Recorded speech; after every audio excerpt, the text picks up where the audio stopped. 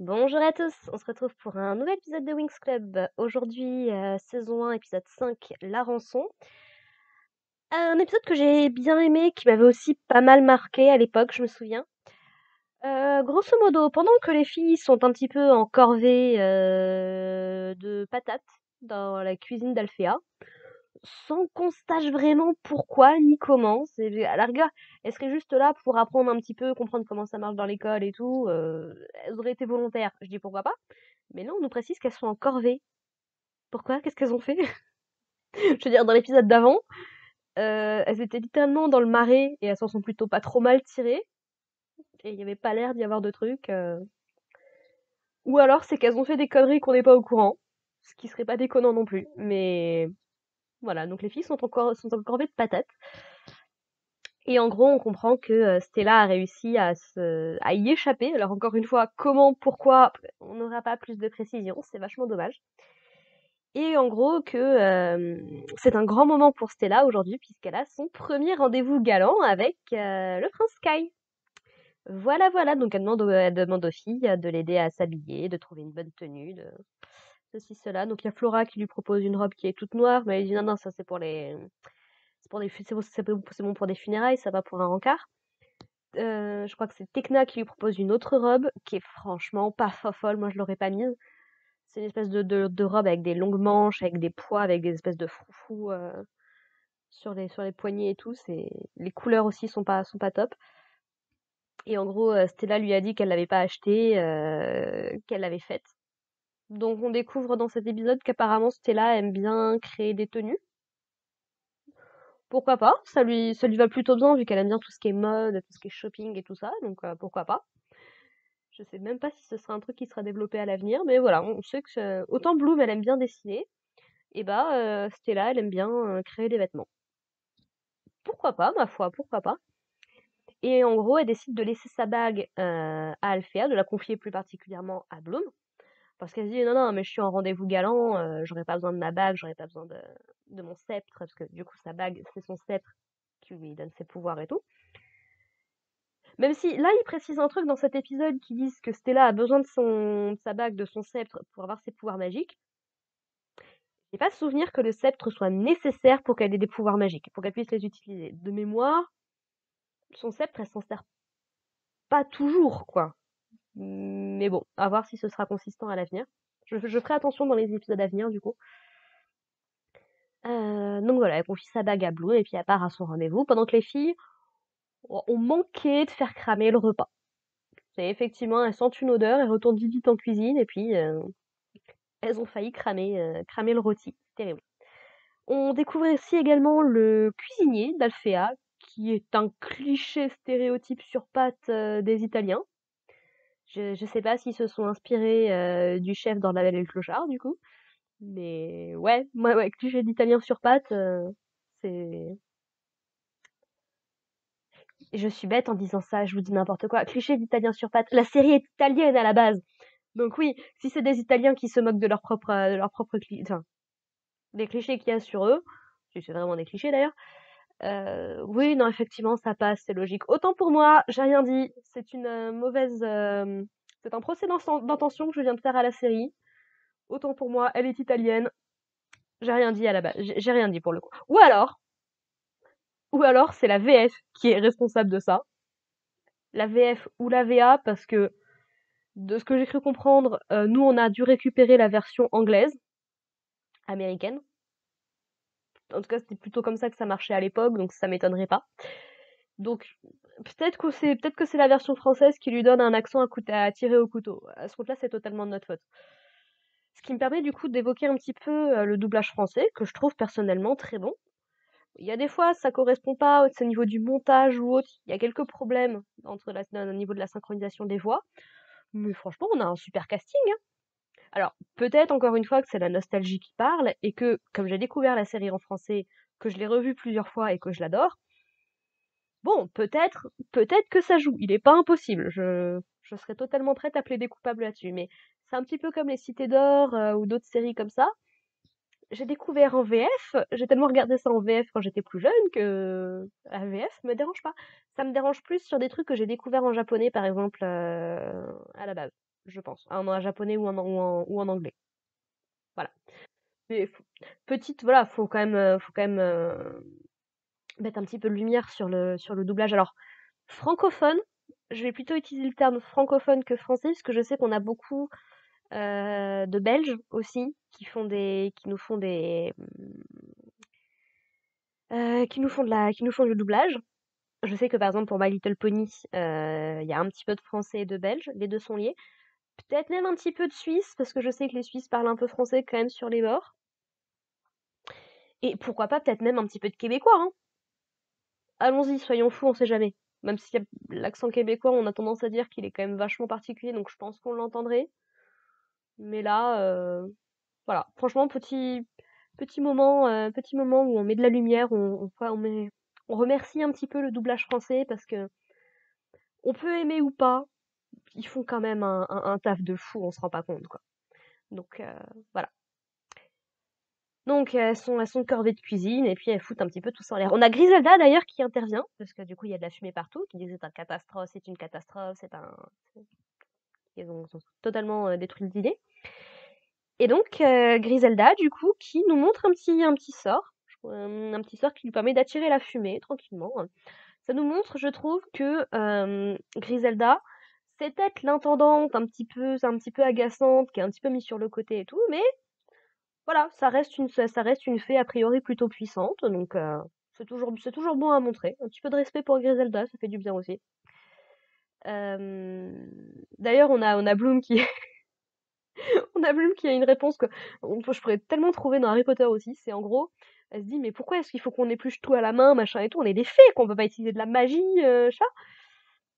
Et le cuisinier de lui répondre que non, non, ça a un meilleur goût et c'est meilleur pour la santé si c'est fait naturellement. Alors autant je comprends sur le principe, maintenant je veux des preuves. En quoi utiliser de la magie, surtout si tu utilises les mêmes techniques et tout, en quoi ça rend les trucs moins bons et surtout moins bons pour la santé? Là j'avoue que j'aimerais bien qu'il m'explique la raison du pourquoi parce que je vois pas. Mais bon, passons. Donc voilà, Stella va à son rendez-vous pendant que les filles du coup passent la soirée en étant complètement crevées de leur corvée, quoi. Musa qui dit qu'elle aussi, elle aurait bien aimé elle aurait bien aimé sortir, et Bloom de lui dire que c'est quand même mieux quand t'es invité. Personnellement, je suis pas quelqu'un qui sort de manière générale. Je suis très casanière comme personne, mais je leur fais confiance à ce niveau-là, ma foi, je leur fais confiance. Et Tekna de lui dire que elle, ça l'a jamais intéressé, ceci, cela, donc justement, il y a Musa qui lui dit: «Ah, tu devrais inviter Timmy et tout», donc voilà, on met un peu plus en avant la relation Timmy Tekna, donc et Tekna de se barrer en disant: «Allez, bonne nuit les filles, allez!» Donc c'est mignon, franchement, oui, c'est sur de la thématique, très fifi, qui plaira peut-être pas à tout le monde, qu'on peut trouver idiot, mais franchement, je trouve elles ont une bonne dynamique les filles en fait, donc ça passe quoi. C'est de leur âge, elles en font pas forcément des montagnes, ça les détourne pas de leurs objectifs pour l'instant en tout cas. Encore une fois, je suis sur de la redécouverte, hein. Mais ouais, puis elles ont des petites phrases entre elles et tout, franchement elles sont mignonnes. Tu peux vraiment comprendre pourquoi est-ce qu'elles sont amies. Contrairement à la série Netflix, encore une fois. Donc la nuit passe et en fait les filles sont réveillées par un énorme bruit qui vient de la chambre de Stella en fait, et Stella qui semble plus ou moins déterminée à retourner sa chambre dans tous les sens. Et au début en fait elle leur dit non non mais vous inquiétez pas, tout va bien, c'est juste mon sac qui est tombé. Donc les filles elles l'ont pas entendu rentrer l'année dernière, qu'est-ce qu'elles font? Bah elles lui posent des questions. Elle vient d'avoir son premier rendez-vous avec le prince Sky, s'il vous plaît. On veut des détails, on veut des trucs. Mais Stella se montre très fermée, très froide avec les filles. Donc la première réaction, c'est de se dire mince, il a dû se passer quelque chose. Alors on sait pas, Sky a l'air d'être un bon gars pour le peu qu'on en a vu, mais des fois, tu sais, tout se passe pas comme dans un conte de fées, donc peut-être qu'il s'est passé quelque chose. Elle décide de la laisser un petit peu tranquille, elles vont en cours, tranquillement. Encore un cours de métamorphose, c'est à croire qu'elles ont que cours de métamorphose. Non, elles peuvent pas avoir que cours de métamorphose en première année, puisqu'elles ont été avec le professeur Palladium à un moment. Plus de professeur Palladium, s'il vous plaît. Et en gros, le cours d'aujourd'hui, c'était de transformer sa tête en citrouille, du coup. Et grâce à la formule magique, citrouille disparaît. La citrouille disparaît, sauf pour une des filles qui demande de l'aide au professeur, du coup, qui est un petit peu en panique. Tu m'étonnes. Lancer des sorts, c'est bien. Savoir en annuler les effets, c'est mieux. Et du coup, le professeur Whizgiz utilise une petite souris en fait pour lui faire peur, et ça lui redonne son apparence. Donc c'est bon à savoir, si jamais il y a un sort que vous lancez et que vous n'arrivez pas forcément à maîtriser, apparemment la peur ça permet de l'annuler. Je sais pas si c'est forcément valable tout le temps, parce que généralement la peur, en tout cas c'est la Reine des Neiges le premier exemple qui me vient, la peur ça a plutôt tendance à faire déconner les pouvoirs dans la plupart du temps, de ce que j'ai vu. Mais sait-on jamais, hein, il y a peut-être un truc à voir. Petit gag d'ailleurs avec la souris qui parle et qui parle avec une voix grave. Bon, c'est du classique là aussi avec ce genre de truc. Et donc du coup les filles quittent le cours et se disent mince, c'est quand même bizarre ce qui arrive à Stella, elle s'est pas pointée, c'est pas pointée en cours. Et Bloom qui se décide, bon écoutez les filles, restez là tranquillement, moi je vais essayer d'aller lui parler.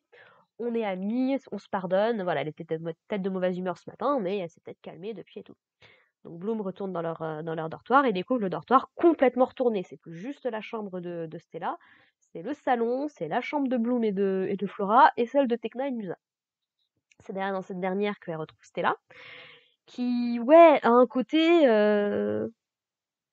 diabolique, comme le dirait si bien Bloom. En gros, ce que Stella veut, visiblement, ce qu'elle cherche, c'est sa bague. Et elle est persuadée du coup que Bloom l'a cachée ou l'a volée. Et ouais, elle commence un petit peu à se déchaîner contre Bloom. Bon, Bloom qui réagit pas des masses, qui essaye un petit peu de comprendre pourquoi est-ce qu'elle est autant énervée, qu'est-ce qui se passe et tout. Et Stella finit par s'en aller par la fenêtre, elle casse littéralement la fenêtre, pour on ne sait pas où exactement. Les filles arrivent, Bloom leur explique la situation, et elles se doutent bien qu'il y a quelque chose de bizarre. Alors elles ont plusieurs hypothèses, elles se disent ouais, il a dû se passer quelque chose, peut-être qu'elle a oublié qu'elle te l'avait confié, voilà, elles évoquent plein de possibilités différentes et c'est Musa qui décide, qui lance la première piste, c'est-à-dire, bah, elle avait rendez-vous avec le prince Kai. Allons parler au prince Kai, on va voir ce qu'il nous dit. Du coup, les filles vont à l'école de la Fontaine Rouge. C'est le premier réel aperçu qu'on a de la Fontaine Rouge. Et franchement, j'aime bien. J'aime bien beaucoup le style de la Fontaine Rouge qui fait très vieille forteresse, assez classique du Moyen Âge. Donc ouais, j'aime beaucoup le design. Et donc il, il parle à Sky qui leur dit bah écoutez moi je comprends pas, c'est pas moi qui lui ai adressé ce mot, c'est pas mon écriture et puis bah hier j'ai travaillé jusqu'à tard le soir donc je sais pas ce qui s'est passé mais c'est pas moi quoi. Riven qui fait un petit caméo qui dit qui effectivement qui se moque de Sky en disant non mais on sait tous très bien qu'il sait pas écrire. Sky a pas l'air de le prendre mal, c'est plus Bloom qui s'énerve qui s'agace pour lui donc bon, ça a tendance à montrer quand même que même s'il y a encore des bisbilles, ça va. Ce qui est plutôt en accord avec le dernier épisode, du coup. C'est bien s'ils arrivent à essayer de gérer un peu plus leur relation en tant qu'équipe. Donc, c'est plutôt cool. C'est plutôt cool. Et on a un petit chien, du coup, qui tourne autour, qui agace un petit peu Tekna. Sky qui essaye, du coup, donc, elle s'appelle Lady, si je me trompe pas. Donc, qui essaye un petit peu de la calmer et tout, mais ça marche pas. Brandon arrive, et là, visiblement, elle a l'air de l'écouter plutôt bien. Et Sky d'expliquer aux filles qu'elle passe trop de temps avec lui. Elle obéit même plus à Brandon. Je pose ça là. Si vous savez, vous savez. Mais c'est un détail intéressant. Ça prépare à quelque chose. Voilà. Dans le jargon, on pourrait dire c'est du foreshadowing. Bref, passons. Donc du coup, bah, voyant qu'elles peuvent rien faire, on a aussi un aperçu d'un des professeurs de la Fontaine Rouge. J'ai oublié son nom, il est vachement compliqué à prononcer.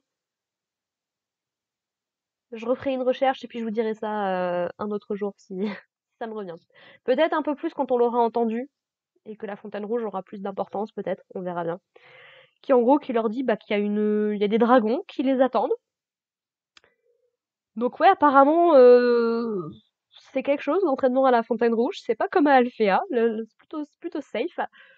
J'allais dire c'est plutôt safe à Alphéa alors qu'elles ont passé l'épisode dernier dans un marais où il y a des gaz empoisonnés qui auraient pu les faire sauter. Ouais. Donc voilà, et donc du coup, bah, les filles, voyant qu'elles peuvent plus faire grand-chose, bon, bah, décident de s'en aller. C'est Bloom qui les oriente plutôt vers Magix. Parce qu'elle se dit, bon, déjà, Stella pourrait se trouver n'importe où, de base. Mais c'est surtout qu'elle se dit, bah écoutez, Elle a parlé du Lagon Noir, donc j'imagine que ça va être un resto ou un bar, je sais pas exactement ce qu'ils ont à Magic, et qu'elle se dit, bah écoutez, on va aller voir au Lagon Noir, on va bien voir s'ils arrivent à nous dire quelque chose, quoi. Et donc Tekna rentre un petit peu le Lagon Noir dans sa base de données, elle trouve rien dans la ville. Ok. Du coup, bah, Bloom décide d'utiliser son propre programme qui s'appelle demander tout simplement aux gens s'ils connaissent.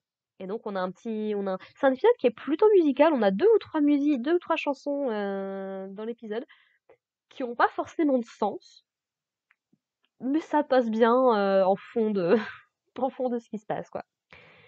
Et donc du coup, la première fois, c'était quand les filles, elles étaient en cuisine et elles devaient faire sauter des omelettes. Celle de Bloom a atterri sur un ventilateur, hein. Bref. Et là, du coup, donc petit montage musical pendant que les filles demandent, mais apparemment, il y a personne qui connaît. Et là, on sent que la tension commence à manquer un petit peu. La tension commence au contraire, à se faire un petit peu sentir dans l'équipe, notamment entre Bloom et Tekna. Ce qui est bien, j'aime bien l'idée parce qu'on travaille tout l'épisode, une espèce de, pas de rivalité, mais un petit peu de tension entre Bloom et Tekna. Ça a commencé par leur programme. Là, c'est parce qu'elles n'arrivent pas à se mettre d'accord sur un truc. Et un peu plus tard dans l'épisode, voilà, donc ça reste un petit thème qui est très sous-jacent, qui est pas particulièrement exploité, mais c'est intéressant qu'il ait un petit peu noté, quoi. Donc à l'avenir, on surveillera si jamais il y a encore d'autres problèmes entre Bloom et Tekna. Suite à tout ça, il y a un gars qui débarque et qui leur dit, bah écoutez, j'ai cru comprendre que vous recherchez le lagon noir. Bon, écoutez, je sais à peu près où vous allez vous suivez la route principale et vous allez jusqu'au pont. Il y aura un chêne à côté, vous allez trouver assez facilement. Donc bon, bah les filles, elles y vont, logique. Mais on sent bien qu'il y a quelque chose de louche et de pas très net avec ce gars. Et donc les filles arrivent à trouver le fameux lagon noir, mais il y a quelque chose qui leur plaît pas dans le, il y a quelque chose qui leur plaît pas dans l'endroit. Bonjour à tous, on se retrouve pour un nouvel épisode de Wings Club. Aujourd'hui, saison 1, épisode 5, La rançon. Un épisode que j'ai bien aimé, qui m'avait aussi pas mal marqué à l'époque, je me souviens. Grosso modo, pendant que les filles sont un petit peu en corvée de patates dans la cuisine d'Alphéa, sans qu'on sache vraiment pourquoi ni comment, à la rigueur, elles seraient juste là pour apprendre un petit peu, comprendre comment ça marche dans l'école et tout, elles auraient été volontaires, je dis pourquoi pas, mais là on nous précise qu'elles sont en corvée. Pourquoi? Qu'est-ce qu'elles ont fait? Je veux dire, dans l'épisode d'avant, elles étaient littéralement dans le marais et elles s'en sont plutôt pas trop mal tirées, et il y avait pas l'air d'y avoir de trucs. Ou alors c'est qu'elles ont fait des conneries qu'on n'est pas au courant, ce qui serait pas déconnant non plus. Mais voilà, donc les filles sont encore de patates. Et en gros, on comprend que Stella a réussi à y échapper. Alors encore une fois, comment, pourquoi, on n'aura pas plus de précision, c'est vachement dommage. Et en gros que c'est un grand moment pour Stella aujourd'hui puisqu'elle a son premier rendez-vous galant avec le prince Sky. Voilà, voilà, donc elle demande aux filles de l'aider à s'habiller, de trouver une bonne tenue, de ceci, cela. Donc il y a Flora qui lui propose une robe qui est toute noire, mais elle dit non, non, ça c'est pour c'est bon pour des funérailles, ça va pour un rencard. Je crois que c'est Tekna qui lui propose une autre robe qui est franchement pas folle, moi je l'aurais pas mise. C'est une espèce de robe avec des longues manches, avec des pois, avec des espèces de froufrous sur les poignets et tout. Les couleurs aussi sont pas top. Et en gros, Stella lui a dit qu'elle l'avait pas acheté, qu'elle l'avait faite. Donc on découvre dans cet épisode qu'apparemment Stella aime bien créer des tenues. Pourquoi pas? Ça lui va plutôt bien vu qu'elle aime bien tout ce qui est mode, tout ce qui est shopping et tout ça, donc pourquoi pas? Je sais même pas si ce sera un truc qui sera développé à l'avenir, mais voilà, on sait que autant Bloom elle aime bien dessiner, et bah Stella elle aime bien créer des vêtements. Pourquoi pas, ma foi, pourquoi pas? Et en gros, elle décide de laisser sa bague à Althea, de la confier plus particulièrement à Bloom. Parce qu'elle se dit: «Non, non, mais je suis en rendez-vous galant, j'aurais pas besoin de ma bague, j'aurais pas besoin de mon sceptre», parce que du coup sa bague, c'est son sceptre qui lui donne ses pouvoirs et tout. Même si là, il précise un truc dans cet épisode qui disent que Stella a besoin de sa bague, de son sceptre pour avoir ses pouvoirs magiques. J'ai pas souvenir que le sceptre soit nécessaire pour qu'elle ait des pouvoirs magiques, pour qu'elle puisse les utiliser. De mémoire, son sceptre, elle s'en sert pas toujours, quoi. Mais bon, à voir si ce sera consistant à l'avenir. Je ferai attention dans les épisodes à venir, du coup. Donc voilà, elle confie sa bague à Bloom et puis elle part à son rendez-vous pendant que les filles ont manqué de faire cramer le repas. C'est effectivement, elles sentent une odeur, elles retournent vite en cuisine et puis elles ont failli cramer le rôti. Terrible. On découvre aussi également le cuisinier d'Alfea, qui est un cliché stéréotype sur pattes des Italiens. Je sais pas s'ils se sont inspirés du chef dans La Belle et le Clochard, du coup. Mais ouais, moi, ouais, cliché d'italien sur pattes, c'est... Je suis bête en disant ça, je vous dis n'importe quoi. Cliché d'italien sur pattes. La série est italienne à la base. Donc oui, si c'est des Italiens qui se moquent de leur propre enfin, des clichés qu'il y a sur eux, si c'est vraiment des clichés d'ailleurs, oui, non, effectivement, ça passe, c'est logique. Autant pour moi, j'ai rien dit. C'est une mauvaise... c'est un procès d'intention que je viens de faire à la série. Autant pour moi, elle est italienne. J'ai rien dit à la base. J'ai rien dit pour le coup. Ou alors c'est la VF qui est responsable de ça. La VF ou la VA, parce que de ce que j'ai cru comprendre, nous on a dû récupérer la version anglaise, américaine. En tout cas, c'était plutôt comme ça que ça marchait à l'époque, donc ça m'étonnerait pas. Donc peut-être que c'est la version française qui lui donne un accent à tirer au couteau. À ce compte-là, c'est totalement de notre faute. Ce qui me permet du coup d'évoquer un petit peu le doublage français, que je trouve personnellement très bon. Il y a des fois, ça correspond pas au niveau du montage ou autre. Il y a quelques problèmes au niveau de la synchronisation des voix. Mais franchement, on a un super casting, hein. Alors, peut-être encore une fois que c'est la nostalgie qui parle et que, comme j'ai découvert la série en français, que je l'ai revue plusieurs fois et que je l'adore, bon, peut-être que ça joue. Il est pas impossible. Je serais totalement prête à plaider coupable là-dessus. Mais c'est un petit peu comme les Cités d'Or ou d'autres séries comme ça. J'ai découvert en VF, j'ai tellement regardé ça en VF quand j'étais plus jeune que la VF me dérange pas.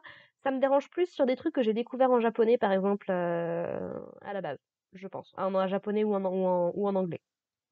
Voilà.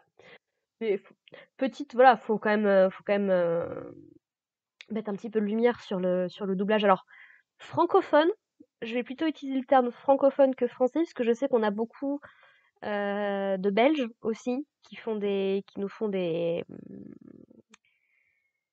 qui nous font du doublage. Je sais que par exemple pour My Little Pony, il y a un petit peu de français et de belge, les deux sont liés. Peut-être même un petit peu de suisse, parce que je sais que les Suisses parlent un peu français quand même sur les bords. Et pourquoi pas peut-être même un petit peu de québécois, hein. Allons-y, soyons fous, on sait jamais. Même si l'accent québécois, on a tendance à dire qu'il est quand même vachement particulier, donc je pense qu'on l'entendrait. Mais là, voilà. Franchement, petit moment où on met de la lumière, on remercie un petit peu le doublage français parce que on peut aimer ou pas, ils font quand même un taf de fou, on se rend pas compte, quoi. Donc voilà. Donc elles sont corvées de cuisine et puis elles foutent un petit peu tout ça en l'air. On a Griselda d'ailleurs qui intervient parce que du coup il y a de la fumée partout, qui dit que c'est une catastrophe, ils ont totalement détruit l'idée. Et donc Griselda du coup qui nous montre un petit sort, un petit sort qui lui permet d'attirer la fumée tranquillement. Ça nous montre, je trouve, que Griselda, c'est peut-être l'intendante un petit peu agaçante, qui est un petit peu mise sur le côté et tout, mais voilà, ça reste une fée a priori plutôt puissante, donc c'est toujours bon à montrer. Un petit peu de respect pour Griselda, ça fait du bien aussi. Euh, D'ailleurs, on a Bloom qui, on a Bloom qui a une réponse que je pourrais tellement trouver dans Harry Potter aussi. C'est en gros, elle se dit mais pourquoi est-ce qu'il faut qu'on épluche tout à la main, machin et tout. On est des fées, qu'on peut pas utiliser de la magie, chat. Et le cuisinier de lui répondre que non, non, ça a un meilleur goût et c'est meilleur pour la santé si c'est fait naturellement.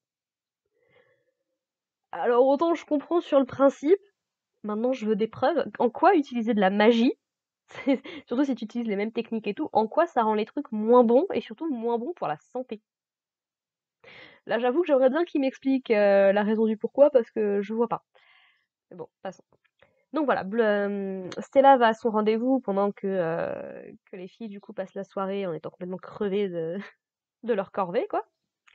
Musa qui dit qu'elle aussi, elle aurait bien aimé elle aurait bien aimé sortir, et Bloom de lui dire que c'est quand même mieux quand t'es invité. Personnellement, je suis pas quelqu'un qui sort de manière générale. Je suis très casanière comme personne, mais je leur fais confiance à ce niveau-là, ma foi, je leur fais confiance. Et Tekna de lui dire qu'elle, ça l'a jamais intéressée, ceci, cela, donc justement, il y a Musa qui lui dit: «Ah, tu devrais inviter Timmy et tout», donc voilà, on met un peu plus en avant la relation Timmy Tekna, donc et Tekna de se barrer en disant: «Allez, bonne nuit les filles, allez!» Donc c'est mignon, franchement, oui, c'est sur de la thématique, très fifi, qui plaira peut-être pas à tout le monde, qu'on peut trouver idiot, mais franchement, je trouve elles ont une bonne dynamique les filles en fait, donc ça passe quoi. C'est de leur âge, elles en font pas forcément des montagnes, ça les détourne pas, de leurs objectifs pour l'instant en tout cas. Encore une fois, je suis sur de la redécouverte, hein, mais ouais, puis elles ont des petites phrases entre elles et tout, franchement, elles sont mignonnes. Tu peux vraiment comprendre pourquoi est-ce qu'elles sont amies. Contrairement à la série Netflix, encore une fois. Donc la nuit passe et en fait les filles sont réveillées par un énorme bruit qui vient de la chambre de Stella en fait, et Stella qui semble plus ou moins déterminée à retourner sa chambre dans tous les sens. Et au début en fait elle leur dit: «Non, non, mais vous inquiétez pas, tout va bien, c'est juste mon sac qui est tombé». Donc les filles, elles l'ont pas entendu rentrer la nuit dernière, qu'est-ce qu'elles font? Bah elles lui posent des questions. Elle vient d'avoir son premier rendez-vous avec le prince Sky, s'il vous plaît. On veut des détails, on veut des trucs. Mais Stella se montre très fermée, très froide avec les filles. Donc la première réaction, c'est de se dire: «Mince, il a dû se passer quelque chose». Alors on sait pas, Sky a l'air d'être un bon gars pour le peu qu'on en a vu, mais des fois, tu sais, tout se passe pas comme dans un conte de fées, donc peut-être qu'il s'est passé quelque chose. Elle décide de la laisser un petit peu tranquille, elles vont en cours tranquillement. Encore un cours de métamorphose, c'est à croire qu'elles ont que cours de métamorphose. Non, elles peuvent pas avoir que cours de métamorphose en première année, puisqu'elles ont été avec le professeur Palladium à un moment. Plus de professeur Palladium, s'il vous plaît. Et en gros, le cours d'aujourd'hui, c'était de transformer sa tête en citrouille, du coup. Et grâce à la formule magique, Citrouille disparaît. La citrouille disparaît, sauf pour une des filles qui demande de l'aide au professeur, du coup, qui est un petit peu en panique. Tu m'étonnes. Lancer des sorts, c'est bien. Savoir en annuler les effets, c'est mieux. Et du coup, le professeur Whizgiz utilise une petite souris en fait pour lui faire peur, et ça lui redonne son apparence. Donc c'est bon à savoir, si jamais il y a un sort que vous lancez et que vous n'arrivez pas forcément à maîtriser, apparemment la peur ça permet de l'annuler. Je sais pas si c'est forcément valable tout le temps, parce que généralement la peur, en tout cas c'est la Reine des Neiges le premier exemple qui me vient, la peur ça a plutôt tendance à faire déconner les pouvoirs dans la plupart du temps, de ce que j'ai vu. Mais sait-on jamais, hein, il y a peut-être un truc à voir. Petit gag d'ailleurs avec la souris qui parle et qui parle avec une voix grave, bon, c'est du classique là aussi avec ce genre de truc. Et donc du coup les filles quittent le cours et se disent: «Mince, c'est quand même bizarre ce qui arrive à Stella, elle s'est pas pointée, en cours». Et Bloom qui se décide: «Bon écoutez les filles, restez là tranquillement, moi je vais essayer d'aller lui parler. On est amies, on se pardonne». Voilà, elle était peut-être de mauvaise humeur ce matin, mais elle s'est peut-être calmée depuis et tout. Donc Bloom retourne dans leur dortoir et découvre le dortoir complètement retourné. C'est plus juste la chambre de Stella, c'est le salon, c'est la chambre de Bloom et de Flora, et celle de Tekna et de Musa.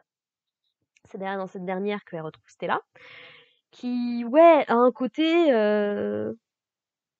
diabolique, comme le dirait si bien Bloom. En gros, ce que Stella veut, visiblement, ce qu'elle cherche, c'est sa bague. Et elle est persuadée du coup que Bloom l'a cachée ou l'a volée. Et ouais, elle commence un petit peu à se déchaîner contre Bloom. Bon, Bloom qui réagit pas des masses, qui essaye un petit peu de comprendre pourquoi est-ce qu'elle est autant énervée, qu'est-ce qui se passe et tout. Et Stella finit par s'en aller par la fenêtre, elle casse littéralement la fenêtre, pour on ne sait pas où exactement. Les filles arrivent, Bloom leur explique la situation, et elles se doutent bien qu'il y a quelque chose de bizarre. Alors elles ont elles ont plusieurs hypothèses. Elles se disent: «Ouais, il a dû se passer quelque chose, peut-être qu'elle a oublié qu'elle te l'avait confié», voilà, elles évoquent plein de possibilités différentes, et c'est Musa qui décide, qui lance la première piste, c'est-à-dire, bah, elle avait rendez-vous avec le prince Kai, allons parler au prince Kai, on va voir ce qu'il nous dit. Du coup, les filles vont à l'école de la Fontaine Rouge. C'est le premier réel aperçu qu'on a de la Fontaine Rouge. Et franchement, j'aime bien beaucoup le style de la Fontaine Rouge qui fait très vieille forteresse, assez classique du Moyen Âge. Donc ouais, j'aime beaucoup le design. Et donc il, il parle à Sky qui leur dit bah écoutez, moi je comprends pas, c'est pas moi qui lui ai adressé ce mot, c'est pas mon écriture, et puis bah, hier j'ai travaillé jusqu'à tard le soir, donc je sais pas ce qui s'est passé, mais c'est pas moi quoi. Riven qui fait un petit caméo, qui dit qui effectivement qui se moque de Sky en disant non mais on sait tous très bien qu'il sait pas écrire. Sky a pas l'air de le prendre mal, c'est plus Bloom qui s'énerve, qui s'agace pour lui, donc bon, ça a tendance à montrer quand même que même s'il y a encore des bisbilles, ça va. Ce qui est plutôt en accord avec le dernier épisode, du coup. C'est bien s'ils arrivent à essayer de gérer un peu plus leur relation en tant qu'équipe, donc c'est plutôt cool. C'est plutôt cool. Et on a un petit chien, du coup, qui tourne autour, qui agace un petit peu Tekna. Sky qui essaye, du coup, donc elle s'appelle Lady, si je me trompe pas. Donc il essaye un petit peu de la calmer et tout, mais ça marche pas. Brandon arrive, et là, visiblement, elle a l'air de l'écouter plutôt bien. Et Sky d'expliquer aux filles qu'elle passe trop de temps avec lui. Elle obéit même plus à Brandon. Je pose ça là. Si vous savez, vous savez. Mais c'est un détail intéressant. Ça prépare à quelque chose. Voilà. Dans le jargon, on pourrait dire c'est du foreshadowing. Bref, passons. Donc du coup, bah, voyant qu'elles peuvent rien faire, on a aussi un aperçu d'un des professeurs de la Fontaine Rouge. J'ai oublié son nom, il est vachement compliqué à prononcer. Je referai une recherche et puis je vous dirai ça un autre jour si si ça me revient. Peut-être un peu plus quand on l'aura entendu et que la Fontaine Rouge aura plus d'importance, peut-être, on verra bien. Qui en gros qui leur dit bah, il y a des dragons qui les attendent. Donc ouais, apparemment c'est quelque chose l'entraînement à la Fontaine Rouge. C'est pas comme à Alphéa, c'est plutôt safe. J'allais dire c'est plutôt safe à Alphéa alors qu'elles ont passé l'épisode dernier dans un marais où il y a des gaz empoisonnés qui auraient pu les faire sauter. Ouais. Donc voilà. Et donc du coup, bah, les filles, voyant qu'elles peuvent plus faire grand-chose, bon, bah, décident de s'en aller. C'est Bloom qui les oriente plutôt vers Magix. Parce qu'elle se dit, bon, déjà, Stella pourrait se trouver n'importe où, de base. Mais c'est surtout qu'elle se dit, bah écoutez, elle a parlé du lagon noir. Donc j'imagine que ça va être un resto ou un bar. Je sais pas exactement ce qu'ils ont à Magix. Et qu'elle se dit, bah écoutez, on va aller voir au lagon noir, on va bien voir s'ils arrivent à nous dire quelque chose, quoi. Et donc Tekna rentre un petit peu le lagon noir dans sa base de données. Elle trouve rien dans la ville. Ok. Du coup, bah, Bloom décide d'utiliser son propre programme qui s'appelle demander tout simplement aux gens s'ils connaissent. Et donc c'est un épisode qui est plutôt musical. On a deux ou trois chansons dans l'épisode qui n'ont pas forcément de sens, mais ça passe bien en fond de en fond de ce qui se passe, quoi. Et donc du coup, la première fois, c'était quand les filles elles étaient en cuisine et elles devaient faire sauter des omelettes. Celle de Bloom a atterri sur un ventilateur, hein. Bref. Et là, du coup, donc petit montage musical pendant que les filles demandent, mais apparemment, il y a personne qui connaît. Et là, on sent que la tension commence à manquer un petit peu. La tension commence au contraire, à se faire un petit peu sentir dans l'équipe, notamment entre Bloom et Tekna. Ce qui est bien, j'aime bien l'idée parce qu'on travaille tout l'épisode, une espèce de, pas de rivalité, mais un petit peu de tension entre Bloom et Tekna. Ça a commencé par leur programme. Là, c'est parce qu'elles n'arrivent pas à se mettre d'accord sur un truc. Et un peu plus tard dans l'épisode, voilà, donc ça reste un petit thème qui est très sous-jacent, qui est pas particulièrement exploité, mais c'est intéressant qu'il est un petit peu noté, quoi. Donc à l'avenir, on surveillera si jamais il y a encore d'autres problèmes entre Bloom et Tekna. Suite à tout ça, il y a un gars qui débarque et qui leur dit, bah écoutez, j'ai cru comprendre que vous recherchez le lagon noir. Bon, écoutez, je sais à peu près où vous allez, vous suivez la route principale et vous allez jusqu'au pont. Il y aura un chêne à côté, vous allez trouver assez facilement. Donc bon, bah les filles, elles y vont, logique. Mais on sent bien qu'il y a quelque chose de louche et de pas très net avec ce gars. Et donc les filles arrivent à trouver le fameux lagon noir, mais il y a quelque chose qui leur plaît pas dans le, il y a quelque chose qui leur plaît pas dans l'endroit.